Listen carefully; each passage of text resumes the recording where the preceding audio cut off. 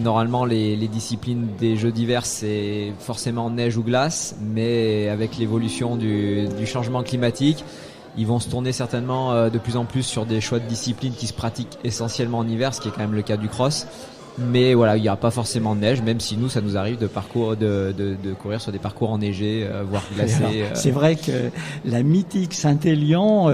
Alors, racontez-nous un peu votre parcours, parce que vous avez découvert le running ou la course en montagne, finalement, et vous avez suivi le boom incroyable de cette discipline nouvelle. C'est ça en fait. Moi, quand j'ai commencé, j'ai attaqué, je faisais pas mal de courses hors stade, dans les clubs, les crosses, quand j'étais un peu plus jeune.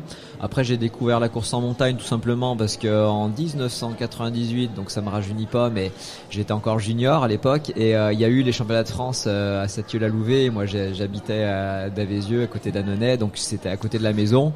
Et donc, forcément, le championnat de France à la porte, on va y aller et on va tester. Donc, ça s'était pas mal passé, peu de temps après. Oui, ça s'était pas mal, vous êtes modeste. Ouais.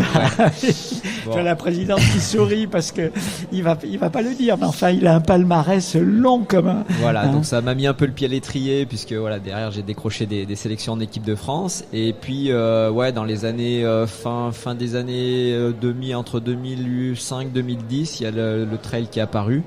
Là, d'un seul coup, il y a eu un gros boom, il y a eu des teams qui sont formés, les sponsors qui sont arrivés.